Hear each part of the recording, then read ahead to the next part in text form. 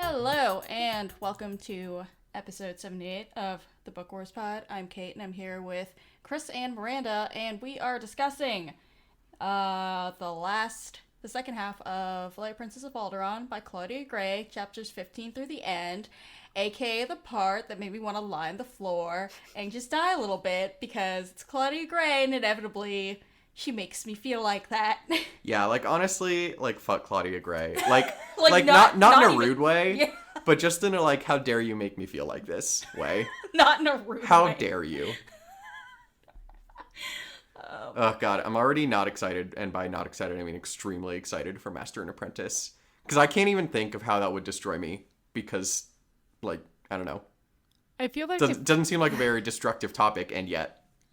if this destroyed you, then that's probably just gonna leave you like crying on the floor in the rain. Yeah. Yes. Correct. Also, like, I don't know. I feel like, I know you're like, Chris, I know you're like down with Obi-Teen, but you don't really care about it. I feel like this is the book that's gonna make you like care about it. So, we'll see how Yeah, it we goes. gotta see how Obi-Teen's gonna fit in, because Mandalore was not in the blurb. It was not, but... It's not in the front flap matter. But I don't know, man.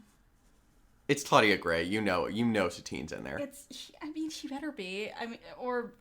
I don't know what's gonna make me more, like, just, like, flat out upset. Like, with Satine. If she is or if she isn't. Yeah. I've got like existential anxiety about it, but you know, that's fine and normal for me to have. Speaking about existential anxiety, what are you drinking, Miranda? Okay, that's quite the transition. I'm so good at them. Wait, what was the fucking thing? Speaking of gay or speaking of queer? Speaking of queer, Yes. Speaking of it's been queer, too long. yes. I am drinking a Mohasic IPA from Migration Brewing here in Portland. It is a hazy IPA. It is tropical and delicious. Sounds queer. And it is queer. And I did not spit on myself this time, so already Hey. better than last week. So proud of you. I listened to last week's episode, and the amount that I told Chris to like go fuck himself was pretty astronomical. Like even more so than usual. And I'm not saying I'm sorry because I'm not, but also that was a lot. It's fine. I am currently drinking. I have some tea, which is chocolate hazelnut tea from Stash, which is also apparently from your neck of the woods, Miranda, which is delicious. But because I am in the middle of grad school deciding releasing season, and I have heard nothing so far as of February 12th, I am also drinking. I am doing a lot of bottles to the face on wine, and right now I have some crap that my friend gave me because I went to go eat a whole lot of noodles at her house for Chinese New Year's last week. It is, I don't even know how to say this. Chris, how would you say this? Where do we think it's from? It is from, I think I looked, it's from Argentina. Probably Maipe then. Okay. It's that. It is Malbec. 2017. Malbec. Right? So I'm probably gonna kill this bottle during the show. It's gonna be great while we discuss death and dying. Hooray. Chris? Oh boy. Oh Lord. It is Tuesday night and I'm in a weird mood. Dear everyone who's listening, go back in time and pray for me. Dude, listen. I'm trying not to be that person who looks at Grad Cafe every 5 minutes, but I'm definitely that person who looks at Grad Cafe every 5 minutes. And I didn't apply to Syracuse, but there was like a whole raft of Syracuse rejections that came in today. It's like the entire first page of the creative writing records on Grad Cafe is just Syracuse rejected. Cool. What are you drinking? I am drinking tequila again. I'm drinking a different tequila, the second bottle, which we brought back from Mexico when we went last month. Last month? Yes, it is February. This month has lasted 10 years. That's fine. Yeah, it Wait, really were you has. It's drinking weird. tequila last week too? Did I I just was forget drinking that? tequila last week. Last week I was drinking a Blanco. Oh, I was not paying attention. And, well, you're filling in Sorry. admirably for Keeks, to be perfectly honest with you. And this week I'm drinking an extra añejo. So I'm drinking, it is from Arete Distillery. It is an extra añejo, which for those who don't know much about tequila, means that it has been aged Even more añejo. It is even more añejo. So basically, Blanco, which is clear tequila, has not been aged. And it is, like, probably the sharpest, but also, like, probably the most complex in terms of flavors because, like, they have the most control over what it tastes like because it hasn't been aged and it just tastes like what they put in it. I don't necessarily know if it tastes more complex, but I think it tastes probably more like what the ingredients taste like. Yeah. And then there's Reposado, which is what most people are used to, which is, you know, your yellowish stuff. Generally goes in margaritas. Delicious. As do Blancos. And then añejos. Reposados have been aged for 0 to 12 months in bourbon barrels. Specifically bourbon barrels. We learned a lot about tequila. And then añejos have been aged 1 to 3 years in whiskey barrels, but not bourbon barrels. So, like, malt whiskey barrels, I guess. Or I would assume. And extra añejo means that it has been aged even longer. So this one has been aged 4 years. It is a nice brown color. Honestly, could be a whiskey. Maybe a rum. It's a little red to be a whiskey. But, so it's, and it tastes like really sweet. Like it tastes like a dessert liqueur. And I accidentally poured myself, that's at least a double. Yeah, I was of going to it, say, so- that's Accidentally? Chris has trouble eyeballing things when he pours, and so he'll just, like, put too much in. He does this with wine. As we can see, he does this with tequila. He does this frequently. Yeah, like that right there is like the scotch of tequila. It's like, it's sweet, it's smoky. I'm very quickly getting very into tequila. And it makes me sad that we live in Virginia because I can't get any good fucking tequila here because Right. we don't even have any good liquor stores because it's all owned by the fucking state. Still Yay. bitter. Still bitter. ABC. I mean, you can go to a liquor store in DC and probably get something. I know, I would have to. Which, you know, I can. I will, I'm sure.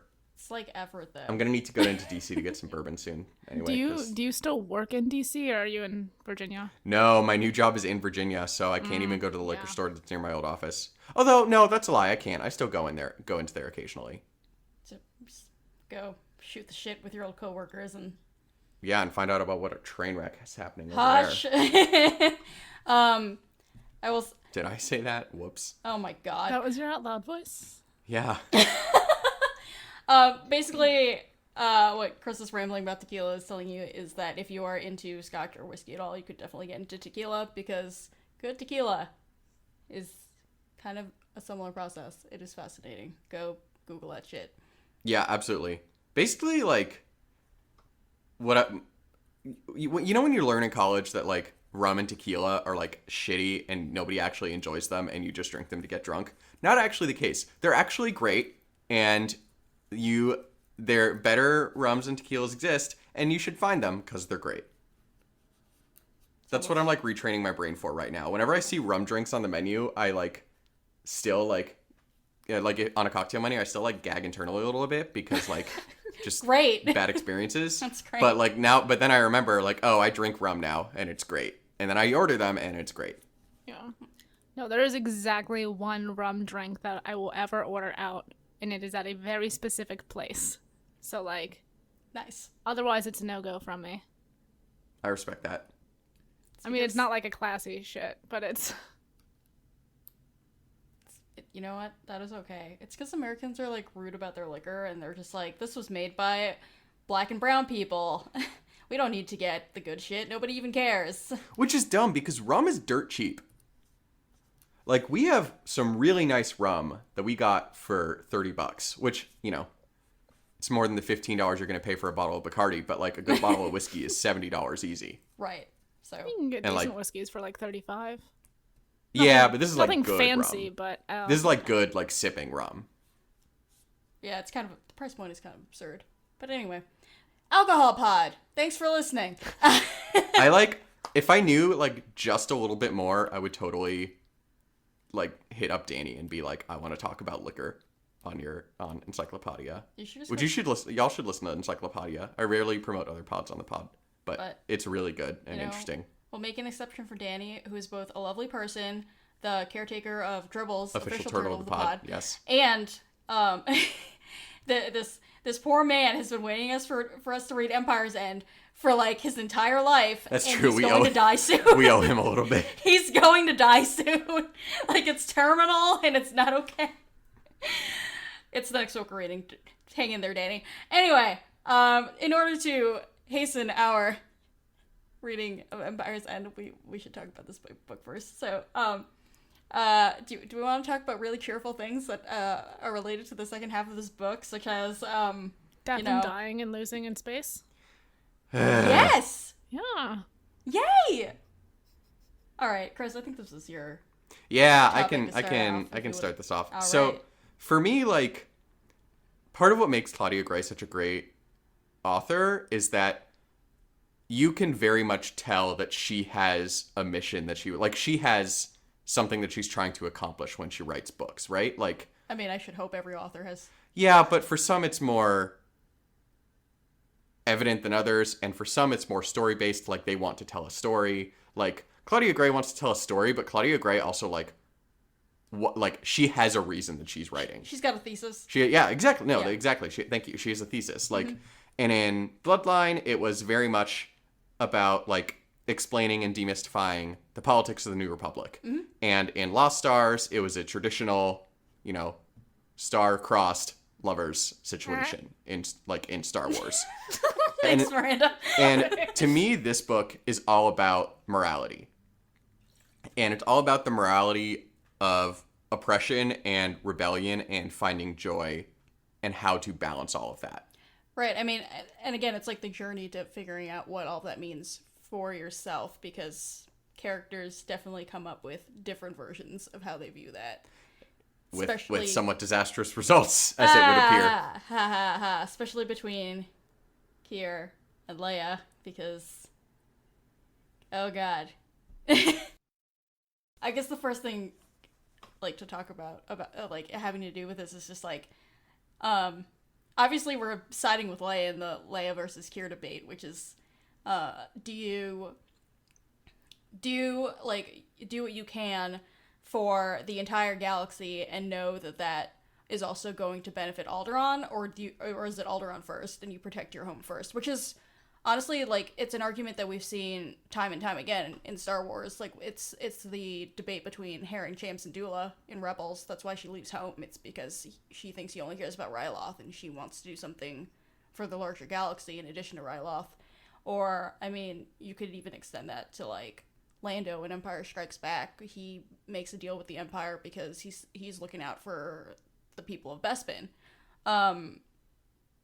But although, like, obviously we're siding with Leia, and ultimately, like, Star Wars always kind of leans towards it's always about the greater good as opposed to, like, your local greater good. I don't fucking know.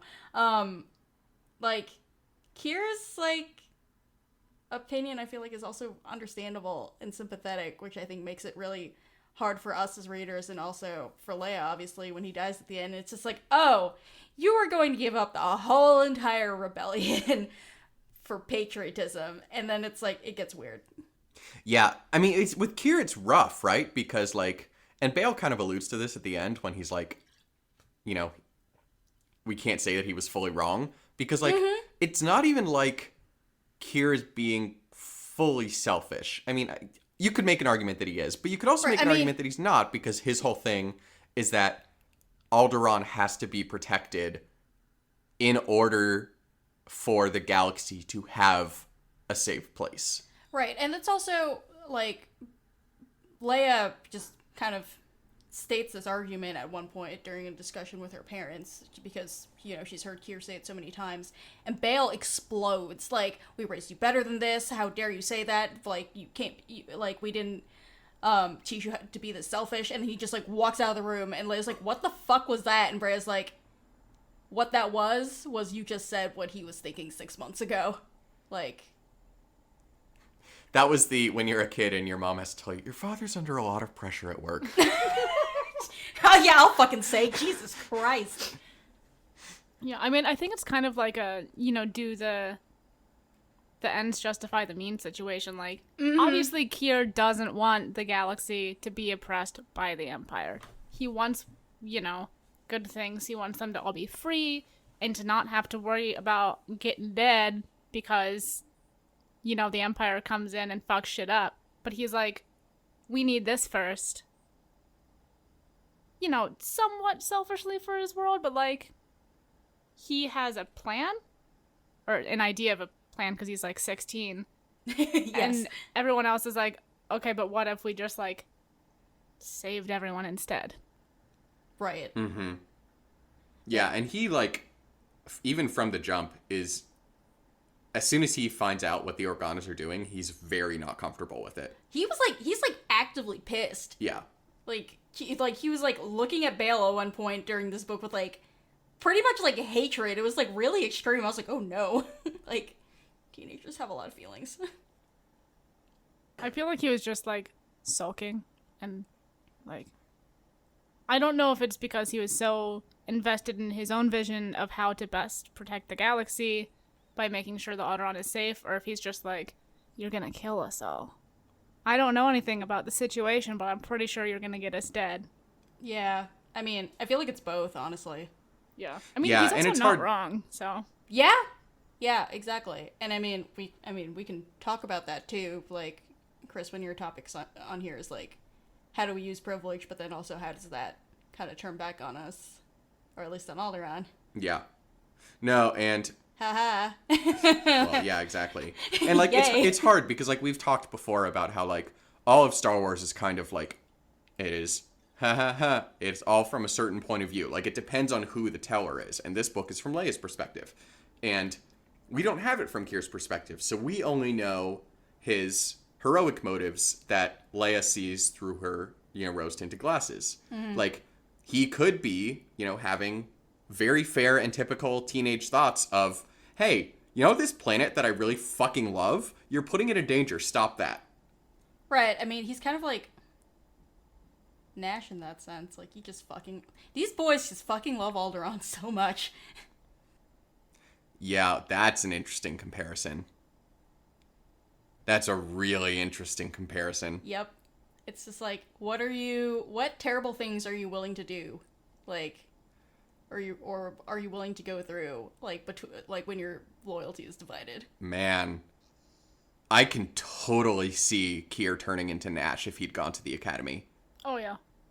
Because Nash went crazy because his brain blamed the rebels for Alderaan. Right. It never blamed the Empire. Right. And, like... Because he couldn't. Yeah. Or And he would have actually died. yes. And, like, Kier hates the Empire, so he, like, wouldn't have gone that far, but, like... He's halfway there. Yeah, like, you can see how he would blame the rebels. Yeah. Mm-hmm. I mean, he wants to turn them in because he already like blames them, and like Alderaan hasn't even been fucking blown up yet. Yeah. Like, he blames them for putting Alderaan even in a whiff of danger. Mm-hmm.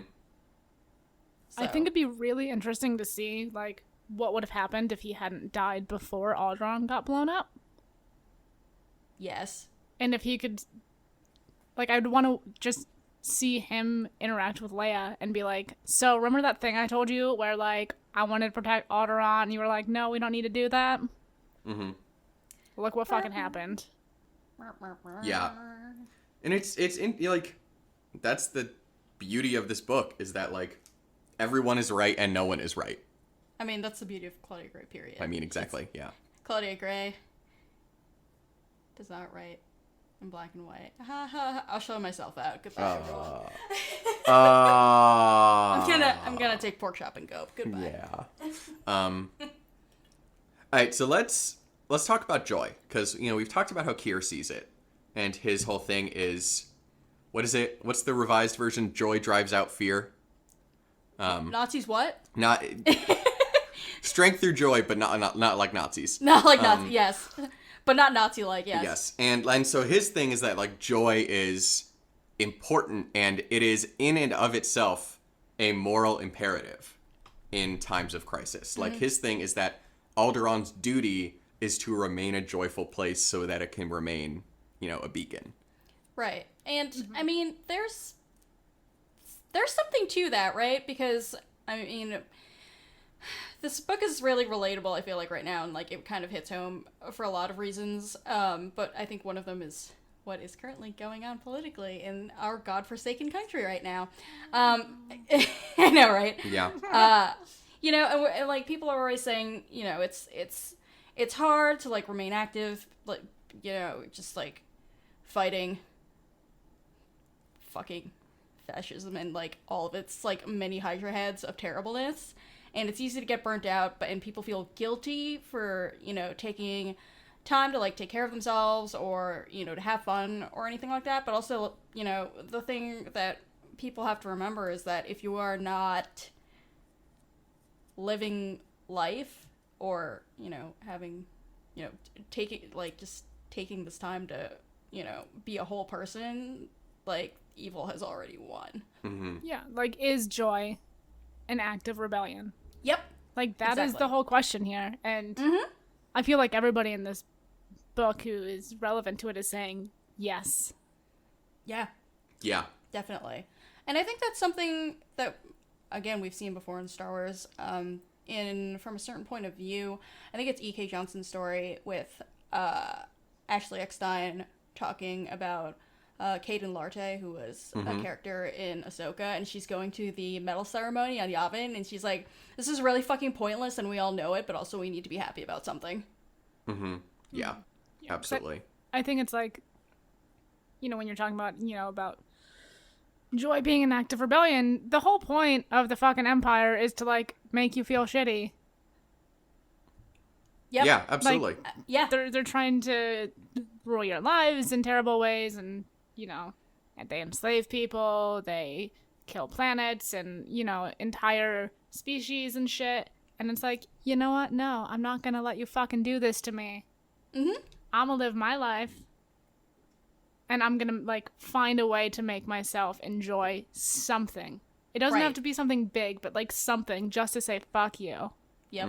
Exactly. Yeah. But then not on the other hand, but like on a different point of the spectrum, we have Holdo, who she is obviously very pro joy. She's, kind of spacey. Her version of joy is a little space. Her version of joy is a little bit different, like facing mortal peril, kind of fun for her. But her joy is like Kier's joy is almost like joy because that is rebellion. Like Holdo's joy is like, in addition to she just finds joy in a lot of things naturally, hers is almost like joy through rebellion. Like she almost takes joy in the act of like espionage, well, because she's kind of nuts, but like in the act of espionage and in the act of like all of the mortal peril, like how she's so excited to like ponder morality by like risking her life climbing mountains. Yes. Or like that she says when Leia first meets her. It's exactly it. And you see that also in The Last Jedi. She's like one of those people who just thrives in situations where everything is horrible. Yeah, she does. And I think of that line when she's talking to Leia, and she was like, where Poe's knocked out and they're trying to like get his fucking stretcher on the transport, and she's just like, this kid is so fucking annoying. I like him a lot, and I'm just like, that's Holdo, It's just interesting because joy is honestly not something we get a lot of in Star Wars, to be perfectly honest. I know. We've got like Ewok parties and Han and Leia making out, and that's like it.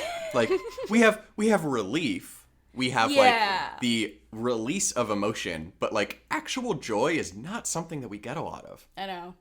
And so it's like, it's just interesting to see like these multiple perspectives on it. Whereas like Leia like kind of feels guilty about joy because she was, it's Leia.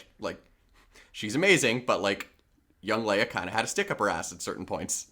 Wow, great, awesome, cool. I mean, it's that, but also it's like joy feels like, And I think it's true of her even in her older age. Joy still kind of feels frivolous to her. Like, she's like, I could be getting shit done because I am a person who was, like, raised to get shit done.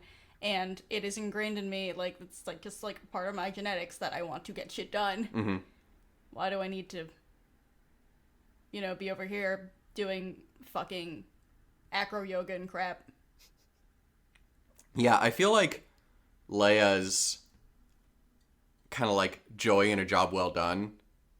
Kind of like, I feel like Leia and Holdo, and we'll talk about this a little later in the pod, their relationship, but I feel like they really rubbed off on each other. And obviously this was written, you know, it came out before Last Jedi, but it was written after the movie was filmed, and she didn't have a ton to work with, because that's just how it works. But, like, you kind of do see that they rubbed off on each other, because, like, Leia's, like, you know, like I said, joy of a job well done, like, her, like, kind of utilitarianism rubs off on Holdo's. She's very type like, A. I relate to it yeah. very hard. Rubs off on Holdo's, like, complete type B-ness, and, like, like, it seems fun to, like, stow away on this ship for no reason. Like, did you get in trouble with your parents? Oh, no, I just told them I was stowing away for fun. They believed me. Like, god damn it. I mean, yeah, no, having a friend like Leia and also witnessing death and destruction for the first time in your young life will kind of do that to you. Yeah. But, yes. Yeah, nobody is traumatized in Star Wars. It's fine. Yeah, no, it's totally cool. Man, Kira's ship got hit by, you know, all that debris and crap, and I was just like, ah, fuck. And then she goes in and she's like, why is it damp? Oh, great, this is blood. And I was just like, cool. Guess I'll just start screaming in the middle of my apartment at 3 a.m, because that's when I was reading it. Gotta love how, even at a young age, Mom Crisis Face is well developed. Yeah, it is. It's this is a little bit more of an aside, but one of the things I always appreciate about Claudia Gray is that she gives Leia space to have feelings. I think one of the things that has been in the hashtag discourse lately is how characters don't really have a lot of room to process their trauma or their grief or whatever the fuck. And Claudia Gray always, like, she gives Leia the space to kind of reckon with the fact that Vader is her father in Bloodline, and here she kind of gets to grapple with the fact that, like, this is, like, probably the first person who she's ever been close with in her life ever who has died, and he died in such a horrible way, and trying to do a thing that would have ended in her getting dead, and, like, she, you know, Claudia Gray lets her, like, you know, just, like, lie in bed and be depressed and not get up for a week and not eat anything and just, like, cry to her mom and stuff like that. And I was like, it was just kind of refreshing. Like, it was a good thing to see. Mm-hmm. Yeah. Absolutely. That's also a lot for Leia at this Oh, age. God. Yeah. Like, that's a lot for anybody, but, you know, she's never had friends before, like we discussed last time, so the only other people she's close to are her parents. And she meets one person, it's like, oh, I like him, I'll, like, attach myself to him, and then he dies. And it's like, oh, these are new feelings. Yep. Yeah. He not only dies, but she has to, like, haul his broken body back to his parents and then deal with them being, like, the first time she meets them, apparently, is at his goddamn funeral. Yeah. And they had to lie to them about how he died. I know, which is, that's horrible. Yeah. I'm sad, guys. Yeah. I guess vaguely related to that, not really related to that, because that was kind of an aside, that I just wanted to point out, but, so, Leia kind of, like, follows her parents in, like, this journey from, ooh, rebellion, that's a good idea, to, oh, but what does it actually mean? Oh, people are gonna die, but also we need to actually have armed combat, otherwise, like, nothing is actually going to change. And so, just, I guess, wanting to chart kind of her changing ideas about, like, war and violence and what rebellion looks like for her, which I think we can probably compare, actually, to Jyn in Rebel Rising, by Beth by Beth Revis, because Jin has, like, you know, Saw's, in that book, Saw trains her from a young age to be prepared to, like, seriously, like, literally murder Imperials, but it's not until she is, oh my gosh, I can't remember the name of that planet where she's on, where she, is part of that, of her first, basically, like, partisan, like, terrorist hit. Oh, like Japan Planet? Yes. I don't remember what it's called. I don't remember what it's called. It's the one with all the cherry blossoms where Yeah. they, like, basically, like, Massacre. future shrapnel bombed Yeah. the entire fucking ball. Yeah, exactly. So that's kind of the point where Jin grows disillusioned. Like, this is not a great way to do things, because murder of innocence is bad. Collateral damage is bad. So where does Leia fit in? I mean, the Organas are all suitably not thrilled with Saw Gerrera, much like the rest of the rebellion's Everybody? leadership. Yeah, I know, everybody. So like I think they would have somewhat of a kinship there. I think Leia would have hated, particularly older Jin. Leia would have hated her. Like right up until the third act of Rogue One, Leia would have hated her. Well, yeah, well, she I don't think she was, like, has it in her, well, we know she doesn't, because, like, she doesn't have it in her mind to understand somebody being so fucking apathetic. Like, at the end of A New Hope, for about 5 minutes, Han fucks off, and she's just like, well, guess, bye! Yeah. Like, I hope you choke on, Yeah. like, Cool. I've spent 5 minutes thinking about you. That was already too much. I know, like, hope you, like, choke on a rusty Hydro Spanner, have a good day.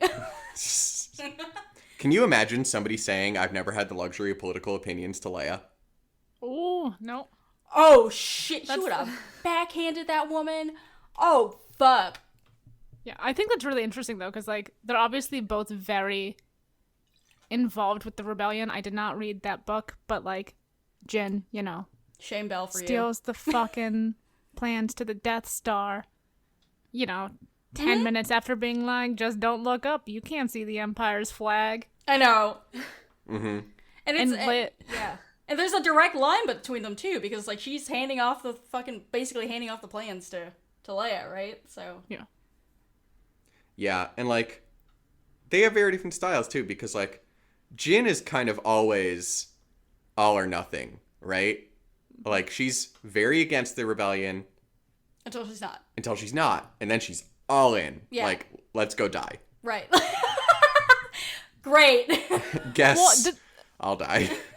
The thing is, like, I don't think she's doing it for the rebellion. Like, she's just pissed off about everything, and like her dad died, and like she's not being like, let's work with the rebellion and steal this. She's like, oh, you guys are fuckers. I'm gonna steal your ship. It's like, Yes. I have unfinished business, so I'm It's gonna true. go finish that now. I think it's a great point. Yeah, absolutely. Like, there's not a whole lot of, like, for the greater good framing in her mind, like, because it doesn't really occur to her. It's like, as much as that, like, is basically, like, in Leia's DNA, it is so not in Jin's. Mm-hmm. I do think, though, that, like, they're kind of similar in that way. I just had a thought, and I am forgetting it right now. But they're both kind of like, oh, no, this is the thing that needs to be done right now. I'm gonna go do that. Like, Jin steals the ship. Mm-hmm. Leia, like, fucks off to all the planets and is like, I'll put all these refugees on my shit and, like, claim them as, crew Members, yeah. crew Staff. member people. Like, Yeah. fuck the rules. Like, this is what needs to be done right now, so I'm gonna do it. Like, fuck Yeah. what the rebellion says. They're very fuck the police kind of people. Yes. Yeah, absolutely. And one of the things I just wanted to point out is that, whereas, Leia obviously has war on the mind as soon as her parents do, and they're talking about it. But her style of rebellion, I think, is interesting. It's interesting because from, like, basically Go in this book, when she's on Wobani and she finds that loophole where she can take those refugees, that's what she does, though, like, until, like, right up until she gets caught finally by the Empire in A New Hope. That's how she's working this rebellion. She's doing it the same way her dad is doing. She's finding all these workarounds so that they can't actually pin anything on the Organas, but it's clear that they're doing things. So, you know, there's the thing that happens on Wabani, and her, like, getting the better of Tarkin when it comes to the fleet that they're building at Pacus Major. You see it again in Rebels, in Princess Lothal, where she's just like, okay, so here's the plan. I need to get these ships to the rebellion, but I need you to steal them so it looks like I'm not giving these ships to the rebellion. Mm-hmm. Yeah, absolutely. And, like, yeah, I agree that they're both kind of somewhat single-minded once they have a goal. They're very, you know, brunettes. They're white brunette ladies. They're both We white are all brunettes. the same. It's a little known fact. No, it's interesting because I'm not even, you know, who knows how intentional this is because male writers, but, like, they're almost like the degree of difficulty between them is, like, so slight and yet so deep. Like, it's like they have, like, a very, like, narrow but deep divide between them. Mm-hmm. Or maybe shallow but wide. I don't know. But, like, they're, like, similar shapes. They're, like, similar and yet different, and it, like, kind of shows the spectrum of, like, you know, not every character is either a damsel in distress or Leia. Like, there are grades. Like, there is, like, obviously Leia is Leia, but there's also the person who is just as devoted, but, like, doesn't know what to do. And then there's the Kira, who is just out for herself. Mm-hmm. And, like, it just, like, you know, we joke about the white brunettes, and it absolutely is a problem, but Star Wars has done a decent job through the movies and the other media of showing different motivations and different reactions to events. Definitely. And, like, the entire range of human emotion, as opposed to just, this is what a hashtag strong female character looks like. Right. And that's, I mean, hats off to all the actresses who have portrayed all of these amazing characters, because, like, that shit was not necessarily written into the script. We know that for a fact with Carrie Fisher and George Lucas in the original trilogy. We know that Ron Howard made his own changes to Solo once he took over the project, and, you know, we talked about this on whatever the hell bonus episode it was when we talked about Solo, but, I mean, he intended, apparently, for Dryden Voss to be, like, a romantic rival, like, for Kira's affections, like, versus Han, and, like, God bless Emilia Clarke, because she played him, she played her reaction to him like he was a rapey motherfucker, because he was a rapey motherfucker, and that was not in the script, so, just saying. Yeah. Okay, anyway, speaking of queer, Chris, do you want to talk about privilege? Yeah, let's, because you really can't talk about this book without talking about privilege. Totally. I mean, Leia brings it up so many times. Yeah, and, like, and we talked about it last episode, right? How, like, Leia comes from this privileged background and she doesn't really know how to relate to other people. But it's interesting because this book kind of brings up the paradox of privilege. Whereas, and this don't read into real life in this, but in a purely philosophical way, it, like, brings up the limits and paradox of privilege, because the Organas use their privilege. Like, they are fabulously rich. They have incredible galactic standing. You know, they're one of the elder houses. They're famous. They're beloved, and they use all of that by participating in the rebellion. Like, they use their money. They use their, like, you know, the freedom they have as celebrities, galactic celebrities, essentially. Like, Bail uses the fact that they can't really do anything to him to speak out more in the Senate and, like, negotiate things that other people can't negotiate. No, go ahead. So they also, one of you touched on it earlier, because of, like, his position in the Senate, they also are able to take the knowledge of like this is how we skirt the rules so nobody notices to Yeah. benefit the rebellion. Absolutely. Absolutely. And their sheer knowledge and their ability to game the system comes from privilege too. It comes from their privileged upbringings, and this Totally. is what they were taught to do. It's been, it's been handed down. And in turn, they make the conscious decision to put Alderaan at risk, which again is privilege. Alderaan is a rich planet.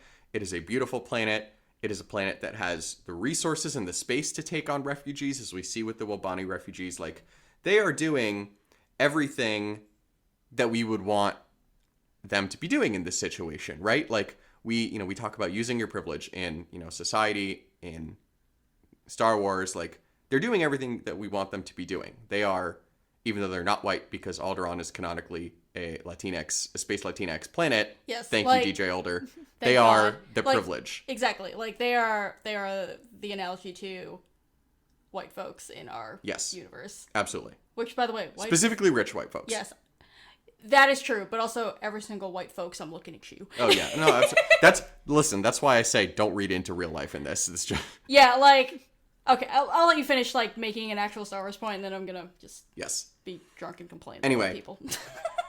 We see them use their privilege, and we're proud of them, and we're happy with them, and it's a great idea, and they're doing great things for themselves and the galaxy right up until it runs out. Yep. And it runs out in a spectacular way, as we all know. Oh God. Yeah. Yeah. Spectacularly horrifying. Yeah. And like we have this moment in, if you think back to From a Certain Point of View, in the story Eclipse by Madeline Rue, speaking of feelings terrorism, where Fuck Bail, like, they kind of see the Death Star appear in the sky, and Brea's like, what the fuck is that? And Bail, like, sees it, and he's like, they wouldn't dare.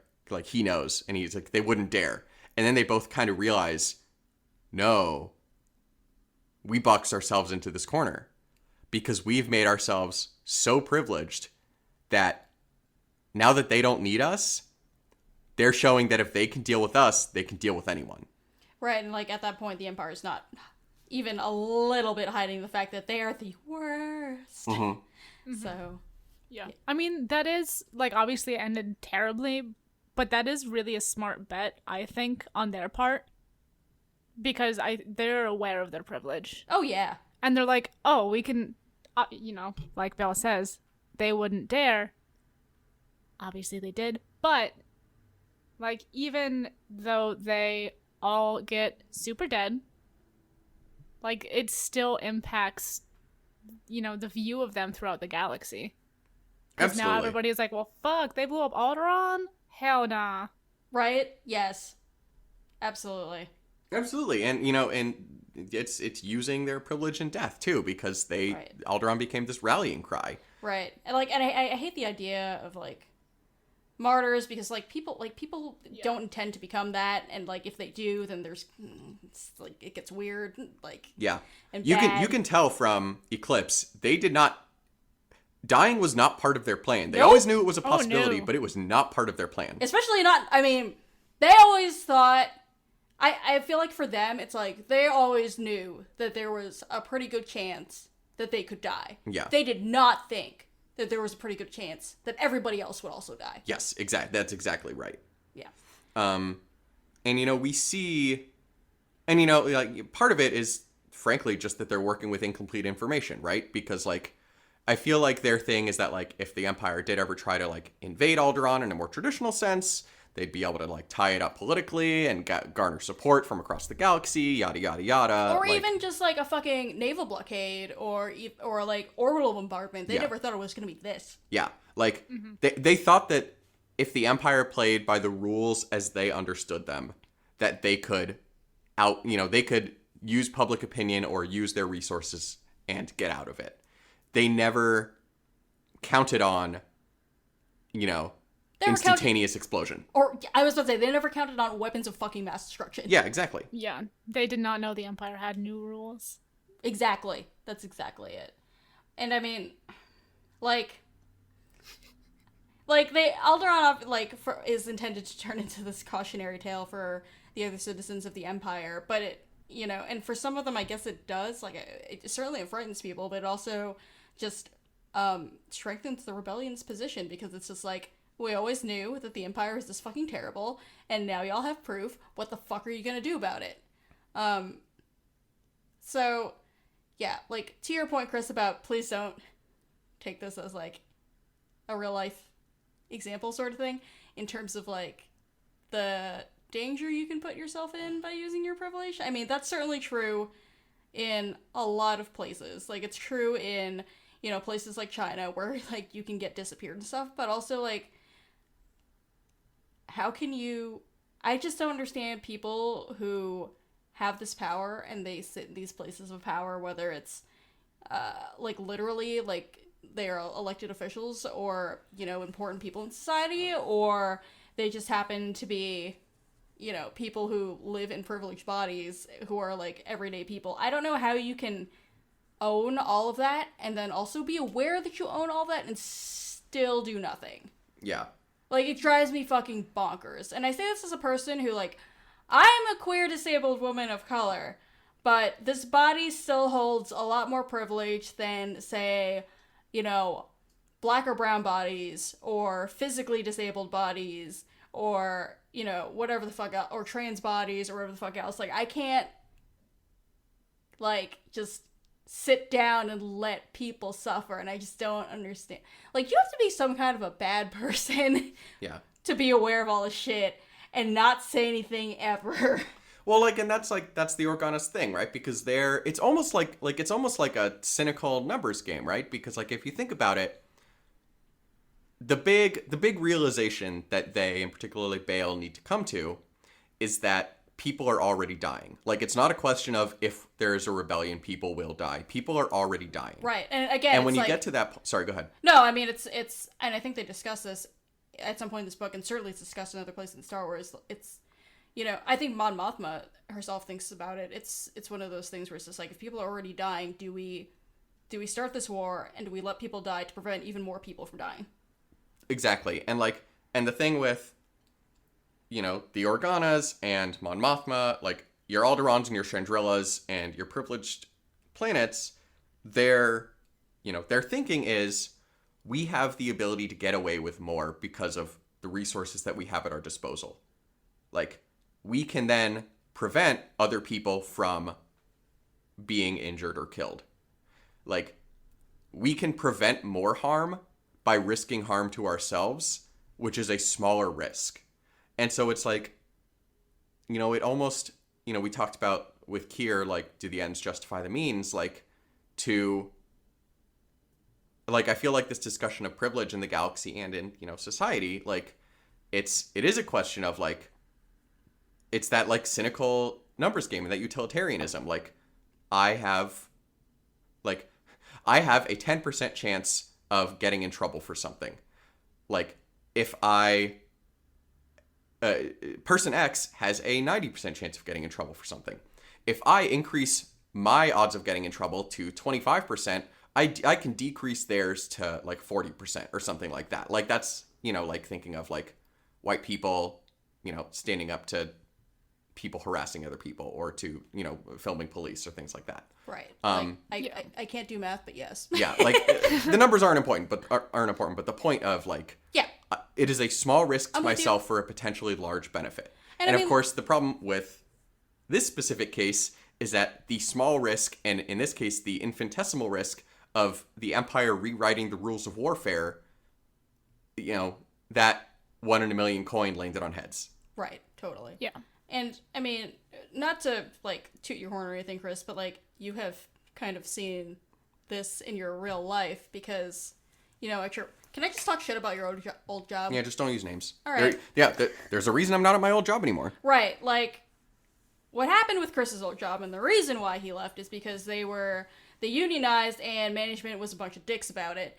And, you know, Chris being, like, soft-bred white man that he is, like, was just, like, at every turn, just, like, I mean, you were trying as much as you, like, had, like, energy and, like, mental energy and, like, space and whatever the fuck to just be like, okay, we're negotiating this contract and you're trying to give us a shitty contract, but, like, it's going to affect you know, the, like, disproportionately, the people of color, the women, like, the disabled people at this workplace with your shitty decisions, then it's going to affect anyone who looks like me.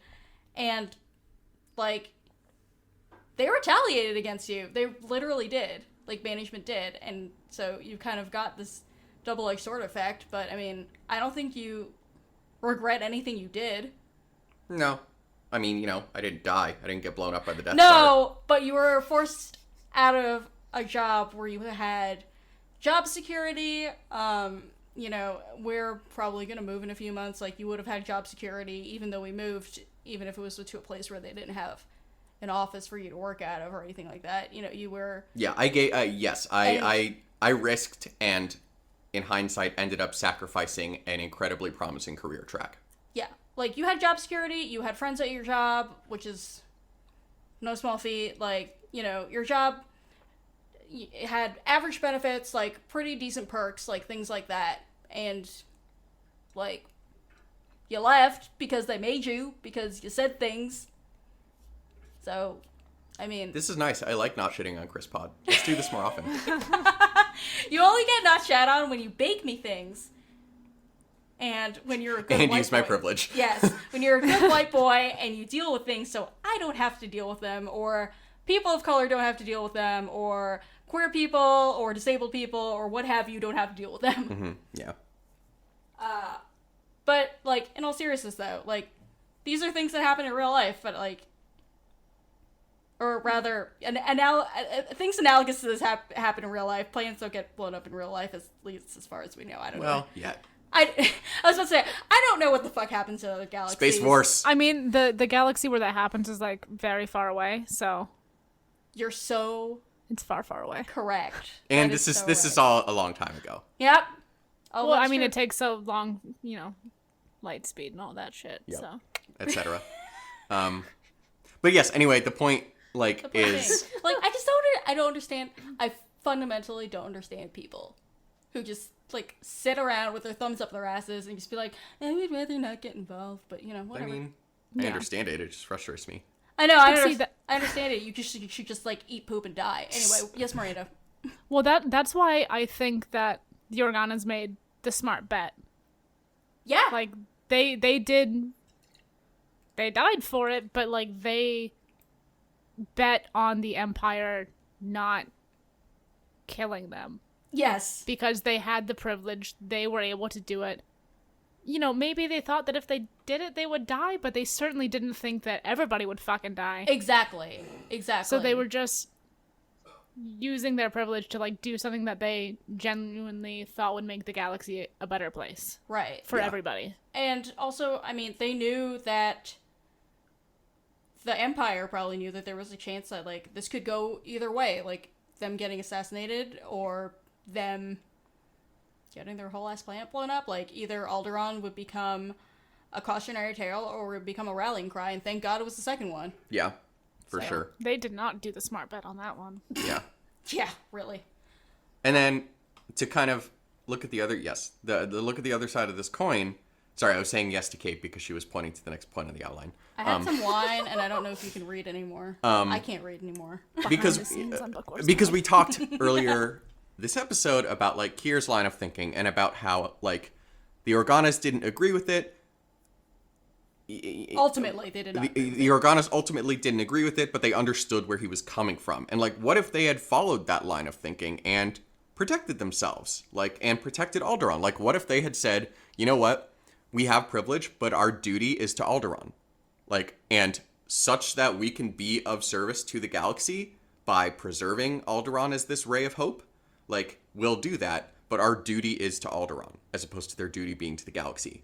Like, what would have happened? Because, like, I think it's fair to say that, like, things would have ended up really differently. Right. I mean, I feel like my feeling is that Alderaan would have ended up a puppet government like so many other places, and it would have basically been taken over by the Empire one way or another. And just, I don't know what the hell kind of resources they have that the Empire could exploit, besides the fact that their planet's really shiny and shit. But they would have found something because it's the fucking Empire. But the Yeah. thing too, like if the Empire had taken over and installed some kind of puppet government, like how much of their privilege would the Organas have lost? In terms of maybe Presumably just they would have lost their power, but like the power, like they'd still have their charisma, but the Empire can take. Do they have money? How does that work? yes. Like they run the fucking planet. I don't. They seem rich, but they're extremely rich. Yes. And that's Yeah, that's a so- part of this. Like they wouldn't have presumably given all that money to the rebellion. Yeah, It definitely. would have been a lot harder to build up There the would have, rebel fleets. I was about to say there would not have been a fleet. Mon Mothma would not have would have been short a lot of influence and like partners and shit in the government because apparently her fellow senator from Chandrilla is a motherfucking asshole. Yeah, I mean, she and Bale were basically, you know, they became faces of the rebellion, but they were faces of the resistance in the Senate, and you know, the rebellion would have been that much weaker for it. And I would argue Alderaan still would have ended up destroyed. Ooh, explain. in one way or another, I agree with that. Because Like blown up, destroyed, Yes. or oh shit, okay. and this is all very much with the benefit of hindsight, obviously, and of knowing what happens. Are you But thinking of some like Operation Cinder kind of bullshit, or no. I think because we know, independent of all this, the Empire is still working on the Death Star. Like, that is a thing that is happening independent of the rebellion. We also know that I think it's not realistic to think that Alderaan and the Organas wouldn't have at least still tried to be very positive and as anti-Empire as they could be publicly. Like, I think that is a stretch too far to think that, like, Bail Organa's entire career of trying to moderate Palpatine would have Yeah. gone away. right? So, like, I think we can take that as fact. I find it very hard to believe that at the point when Palpatine dissolves the Imperial Senate and the Death Star is completed, that he would have just been like, yeah, let's let bygones be bygones. Like, he would have been destroying them for lesser offenses, but I don't think that would have stopped him and Tarkin in the slightest. I mean, at the point where you're building a super weapon to blow up entire planets, like why not just blow up entire planes with abandon? Exactly. Like, maybe they wouldn't have been first. Like, maybe they wouldn't have been, like, a priority one target, but I absolutely think it would have happened.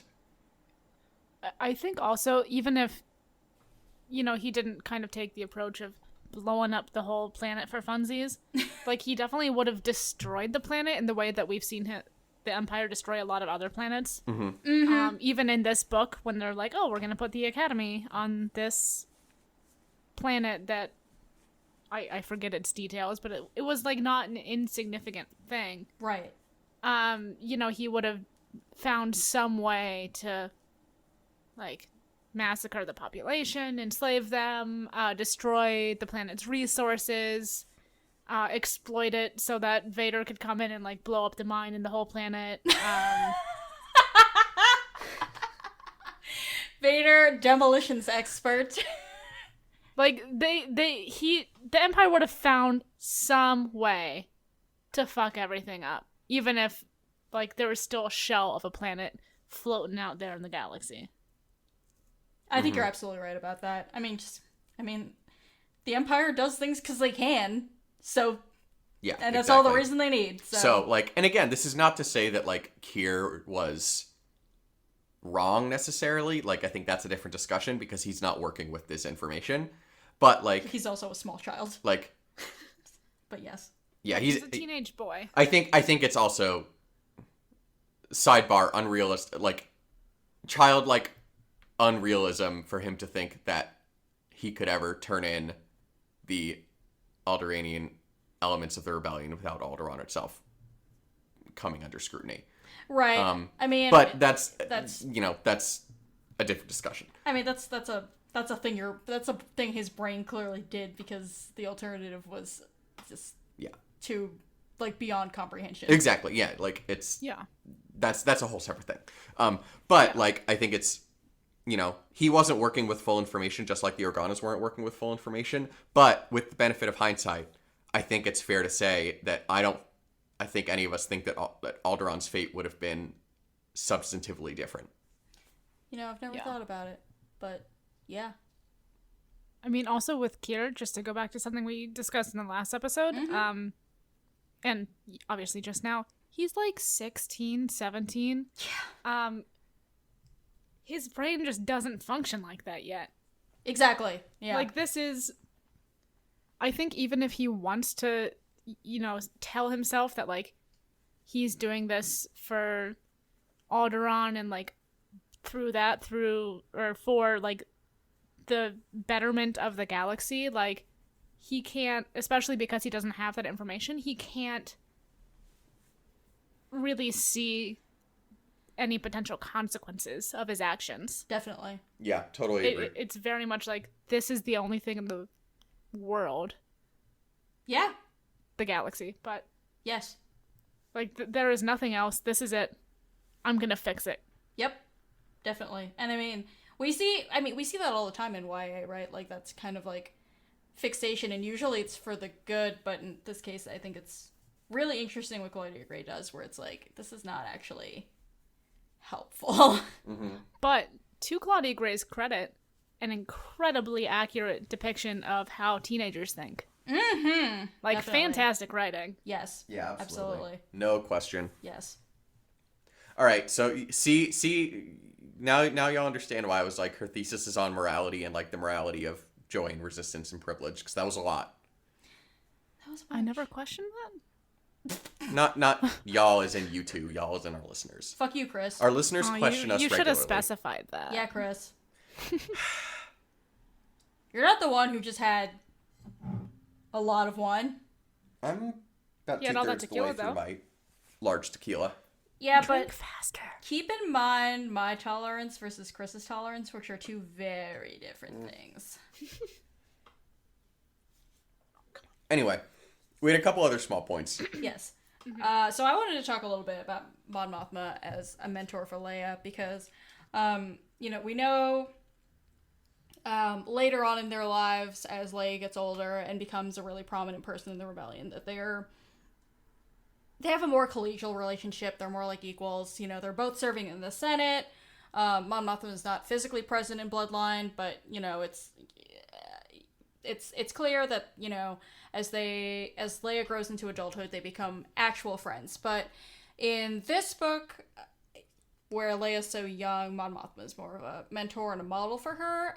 She's someone outside of her family, who's agrees with Leia's point of view, like is doing good, and she's just kind of like another real life example, because all Leia really has for the first 16 years of her life is her family, as she says.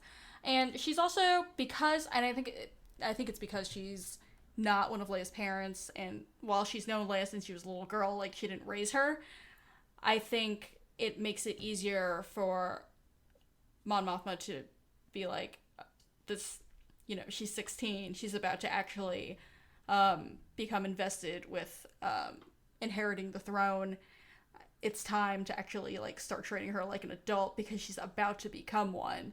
And she's the first person who really trusts Leia's abilities and intellect and dedication to the cause. I'm sympathetic to her parents wanting to protect her, because they're her fucking parents after all, but also, like, Mon Mothma's like, no, this girl is capable and we could use her. And kind of is the one to bring Leia in and convince Brea that no, she's ready for this. Mm-hmm. Yeah.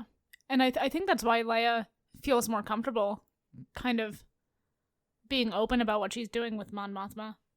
Because she's like, oh, she's treating me like a person and not like a small child. Mm-hmm. And also, Absolutely. she's not my mom, so, like... Yes! Not to just harp on the fucking teenager thing forever, but, like... But it's true! When you're a teen, your parents... I mean, obviously, Leia's very close with hers, but even regardless of that, no matter what kind of relationship you have with your parents, you're just like, oh, my parents, yeah, it's like, oh, here's this woman who is really cool and like also influential. She's involved in this too. Like, she understands the stakes. And she understands them to the point that she's willing to like be more open with me about it and to let me be more involved. Absolutely. And that's what Leia really wants. She wants to get involved in the rebellion, and her parents are like, no, you can't do this. But Mon Mothma was like, well, you're already fucking here, so like, let's do it. Exactly. Yeah. And it's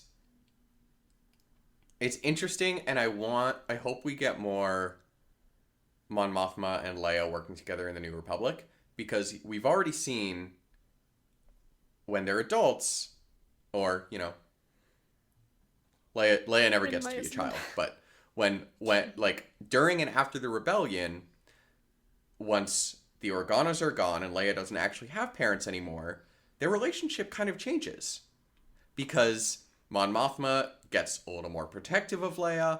Mon Mothma also, as the sole kind of leader of the Alliance and then the New Republic, moderates a little bit.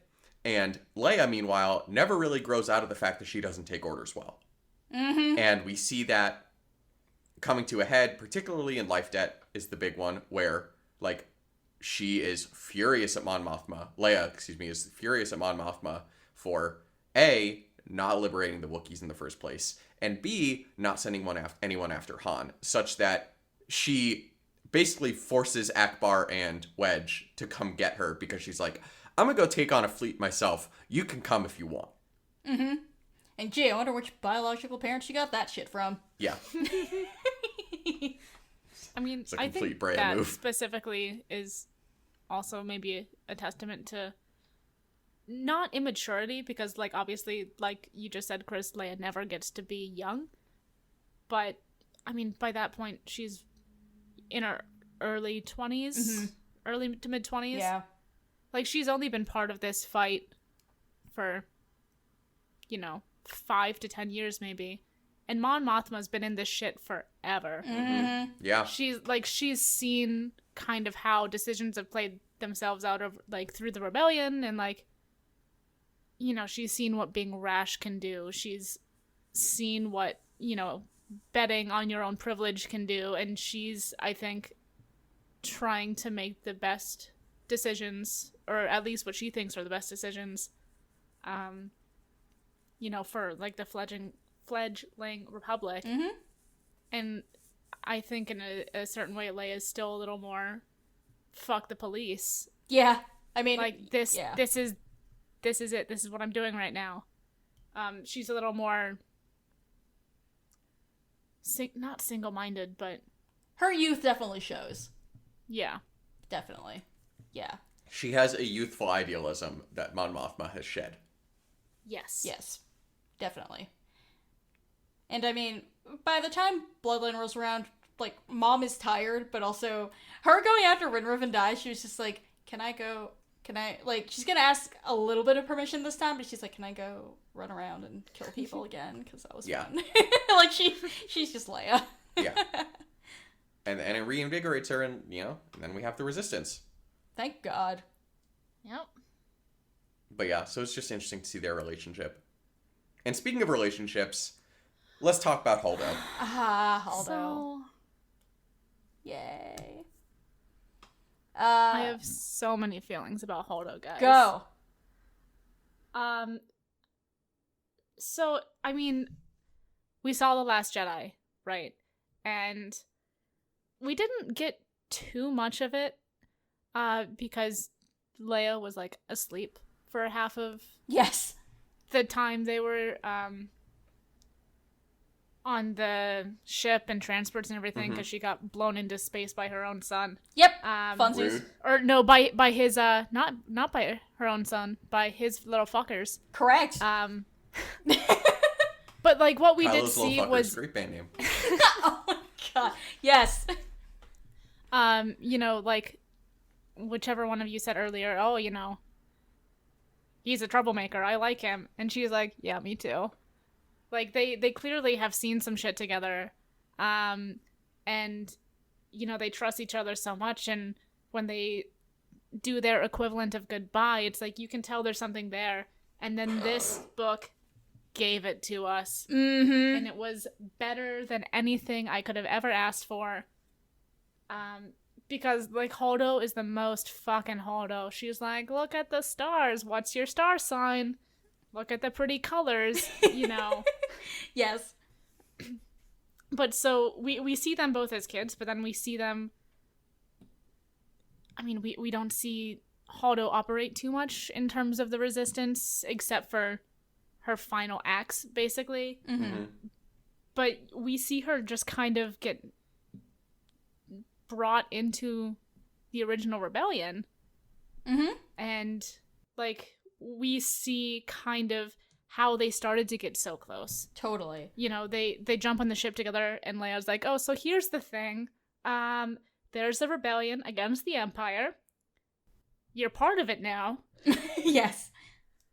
You know, we see Holdo put her, you know, what we all thought was useless astrology to good use. Thank God. By, like, chatting up that fucking, like, Imperial Guard or whatever. Like, what's your star sign? Are you this? I think you're this. Did you know that if the stars do this? And that guy's like, what the fuck? But, like, we can see that Holdo is, as weird as she is, like, as gloriously fucking weird as she always knows what she's doing. Yes. It may not seem like that to anybody else, and so I think when Leia sees her do that, she's like, oh, there is some sort of reason to this. Oh, yeah. Like, those moments where she's just like, wait, I'm beginning to understand, like, all the weird crap she's saying. Yeah. Like, she speaks in weird metaphors that nobody understands, but it makes the most sense. Mm-hmm. Yeah, and like for no fucking reason. And even thinking about the skyfaring, like, to take this metaphor even further, like, it looks effortless and breezy and airy, and like you're falling through the sky and dancing, but like every single muscle is working in coordination, It's and Holdo. there's an intentionality to it It's that Holdo. is Holdo. Yeah, Absolutely. absolutely. Yes. Mm-hmm. And just like you see, sorry if anybody can. Miranda, I don't know if Yeah, you what can the hear fuck it. is happening? Sorry, there's a car There's a alarm car going alarm on going in the on right background. now. Apologies to everybody. Sorry. This is gonna give Kristen an aneurysm when she edits this. Only a wee bit. But like we see their relationship too, and like, you know, you wonder how they get so close, because, you know, you see in The Last Jedi that it's not just like professional respect, you know, they grew up in the rebellion together. No, they're There's a ride or personal die. friendship. Absolutely. Oh, yeah. And when Leia is like, I can't lose any more, or I don't remember the exact words. I can't lose anyone else. And Holdo is just like, you taught me how. Let me die. Yeah, just like it's. Let me die, for Christ's sakes. Fuck you, Claudia Gray. I could May the Force not. be with you always. I know, like, fuck. Just like Holdo being like, no, you were the one who taught me that there is a wider galaxy outside of my joy, and you taught me how to deal with loss, and this galaxy needs you. Yeah, and I mean, like, Holdo was the one who was with her when she experienced her first major loss, and it's not the end of them, unfortunately for Leia, because Leia must be put through all the suffering ever, apparently. But, you know, that means something for obvious reasons. Just, I too have many feelings about this. I'm really glad for the amount of Holdo we get in the second half of the book. And also, you know, Chris, you were saying, I was like wondering what, you know, where the direct line was between like who she is as a character when she's 16-ish and who she is in The Last Jedi, and you can absolutely see it here. Like, you can see that, like, really steely determination, like, I'm not gonna be put off from what I want to do, and I know what I want, and, you know, I know who my friends are, and, like, she's, like, I'm serious, like, they are ride or die, and also, thank God give Leia more female friendships for the love of Christ. Just saying. Yep. Also, I even more now want the Battle of Chiron Belt, because, you know, she did some batshit crazy shit in order to win that battle, and I want to know what it was. Yeah. God, we Yeah. need that. We need more. This we deserve I need more Holdo. Holdo. Listen, Whether it's in the Resistance era, pre-TLJ, or if it's in the Rebellion era, or if it's in the New Republic era, like I don't care. I don't care. what We need about it. all of it? Yes, actually. But like a lot of all of it, because Mhm. y'all know I am a huge Holdo stan. Like the second half of this book is one of my favorite things that I've read, Yeah. like in the Star Wars canon. Yeah. If only just for that. And like I haven't rewatched The Last Jedi since reading this, but now I'm afraid to. I'm gonna cry. It's I'm it's gonna awful. It's awful. It rips sob. your heart right out. I'm going to cry so bad. And, like, jeez, Laura Dern is an incredible, Also, yeah. incredible actress. Holy shit. Yeah, honestly, that performance it ages like a fine wine for me. Every time I watch it, it's better. Mm-hmm. Bless her. Which I know not everybody loved it. But That's a different discussion. But you're entitled to your personally opinion. I liked just it. hate it. I personally Have your own need more opinion, but Holdo know in that my you're life. missing out, because Jesus. And then I mean, the last thing I want to mention about Holdo is, of course, this book put on the map the fact that Holdo is Pan, and people were very annoyed for what I hope are obvious reasons, that, you know, we have these characters who are established as queer. It's Holdo, it's Lando, it's like a bunch of other folks, and they won't put it on the screen because Star Wars is a family franchise and blah blah blah blah blah blah blah blah. And it's just like, can you please just like, I don't know, go choke on literally anything. Like, I just, where's my on-screen representation? Like, I feel like the only on-screen representation of queerios that we've gotten is fucking Flix and Orca in Resistance, which is great. but also not even explicit. Oh, I didn't even see that, so I didn't know that such a thing existed. Oh, yeah, there are these two, like... It's basically like if the Kartok guys were gay instead of brothers. Honestly, honest to God, that's Wow. what it is. Which I love Kartok, don't get me wrong. But like, Oh my fucking god. No, I mean, it wasn't explicit. I don't, like... I think it's explicit enough for grown-ups. Like, if you have your head out of your ass. I think, like, I was actually really, really happy with it. But I feel like it's, like, because Flix and Orca, like, you know, one of them's a Trasher, I don't know what the other one kind of alien is. yeah, I don't know that we have any other examples of them. He's an owl. Yeah. With But legs the and fucking stuff. thing is, like, for Holdo and for Lando, like, them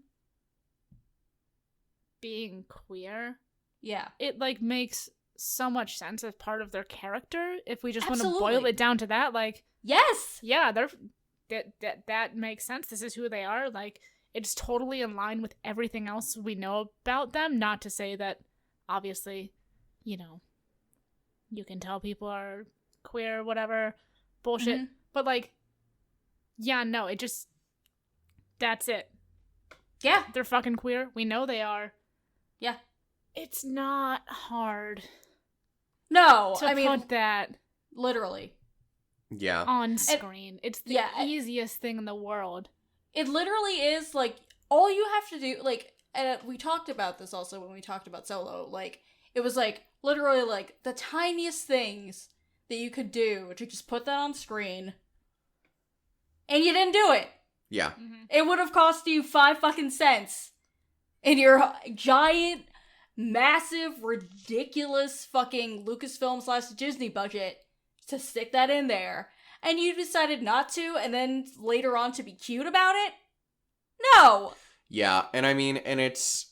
I'm sorry, did J.K. Rowling write the Star Wars movies? Oh, Yo! Yeah. Oh my god. Where's Kristen to make some fucking air horns Different- right now? different. Pow, pow, pow. Oh my god! Like, Oh my god. That's the pod. Goodbye, everyone. Yeah, right? I know. I'm sorry, like, I'm like a white person, so I don't it's very easy for me to see myself represented like on that level. And you're a brunette. I am a brunette, which is even better. Even better for Star Wars, totally. But all I fucking want, all I want is just to see queer people, queer beings in Star Wars. Yes. It's a giant fucking galaxy. You keep making up new shit, like... I know, and it's like, it's all over the books, and it's like a thing, like, it's all over the books because they are things that are stated as fact, they are not analyzed, it's not like, look at all the fucking queer people, they're so fucking weird. No, like, it's integrated well, and it's like, they slipped omnipresent. Ahsoka being queer into that shit. Right? Like, come It was And, like, super easy. Honestly, like, this book shows how easy it is, because, Yeah. like, looking at the development of this book, the character of Holdo already existed when this book was written. We didn't know about her, but she existed. And she was, you know, her romantic life was a blank slate. And Claudia Gray made the decision to do this, and it took 2 lines of dialogue. Exactly. Like, that's all it takes, literally. Like, it didn't take, you know, Holdo being caught in bed with a woman or, like, a squiddy alien or something. Or, like, yeah, no, not family friendly. I know. It was not, like, gross prurient stuff. Like, it wasn't, like, glorified, like, tentacle porn or anything like that. It was literally a single line of dialogue gives all this validation and being seen. Right. To, you know, so much of the fandom and the world at large that doesn't have that in Star Wars. And, like, and all it is a conscious decision to take that tiny effort. And that's something that the Kasdans did not do. Yeah, but because That's John something- Kasdan's gross. That's something that I love him, but that's something that Rian Johnson didn't do. Mm-hmm. And it's like, and we that's have seen... we'll see if JJ does it in episode 9. I don't have high hopes. I know. And it's something... I know. Like, do what I dare you. You won't. But, like, it's so... And we've seen in the books how easy it is. Like, Claudia Gray wrote Bloodline. Like, Joff Seastriker is one of the characters, and this is not even a little bit of a spoiler. Like, he has 2 moms. It is mentioned, like, a few times. Like, oh, yeah, that's right. I yeah, forgot. like, they're super proud of him. Like, you know... Wait, he has like, 2 moms? Yeah. Did I miss that? I guess you did. I just reread that, like, 2 months ago. That's my bad. It's like when he's introduced or something like that. Okay. Like, I the mean, first point of view chapter. Like, it was when, like... when you put it in that smoothly, it's just... It's a not fact. even a thing. It's It's not a just thing. background information that is normal. Right, because Yeah. it is normal. Exactly. Like, yeah. With Joff, too, like, there's a scene in Bloodline where they're all dicking around and shooting the shit in, like, the plane place. Yes, all the pilots are... Yeah. And so Yeah. the pilots are like, oh, this one guy's got a new bay. But they're like, huh, you found some whatever alien dude. And they're like, just giving him the shit like we would all shit on our friends for talking to somebody on Tinder. Totally. Like, super normal. Claudia Gray just slipped it in and Right. nobody batted an eye. Mhm. Nope. Absolutely. And it's like, it's easy to do. And, like, you don't even have to, like, it doesn't even have to be a thing. Because you know what? It's not a fucking thing. It shouldn't be a fucking thing. Because it's super normal. Mm-hmm. So, like, it's not that hard. And also, like, Claudia Gray, like, white people don't get cookies for being good people because they should just be, but also have a cookie. Yeah. I mean, we talked last episode about how we feel about Claudia Gray and her moral quality, shall we say. Like, She's great. her consistent representation in her books, the way she handled the controversy around this book. We'll end it on that note. We're big Claudia Gray stans here. Fuck yes. Yeah. Anyway, we are very long. Kristen's gonna kill us. Claudia Gray, is A-OK? Oh my fucking god. Kristen, cut that out. Oh my. Anyway, thank you for God. listening to episode 78 of the Book Wars Pod. Brandon, Next you're episode, fired. we are going to be wrapping up Leia, Princess of Alderaan by Claudia Gray. And then our next book, Danny, eat your heart out, start celebrating, because our next book is going to be If you guys it's shriveled up and died Aftermath, yet. Empire's End by Chuck Wendig. Poor Danny. In the meantime, Hit us up on Twitter, Facebook, Instagram, and Tumblr at BookWarsPod, bookwarspod@gmail.com if you want to email us, and rate, review, and subscribe to us and the Tashi Station Radio mega feed. Last week, at Danlin Voss won a paperback copy of Thrawn by Timothy Zahn. You could win stuff too, ranging from buttons and stickers to books. We have more to give away, and you are automatically entered to win any number of things when you leave us a review on iTunes. Also, if you have the means and are so inclined, donate to the Tashi Station Radio Patreon and give us coffee at ko-fi.com/bookwarspod. It really helps us cover our hosting and production costs. And if you saw our Instagram earlier this week, you saw that we have some sweet buttons that we're going to be giving out at Star Wars Celebration. Helps us cover the rest of the cost of those as well. And we'll post more Porkchop pictures, because Porkchop is the new official hamster of the pod. And he's precious. He is. Our theme song is Whiz Bang by Poddington Bear. Our logo and artwork are by Joe Butera Design. For Kate and Miranda, I'm Chris. Thank you so much for listening to this episode of the Book Wars Pod, and we'll talk to you next week. Wait, am I talking now? If you have something to say, yeah. No.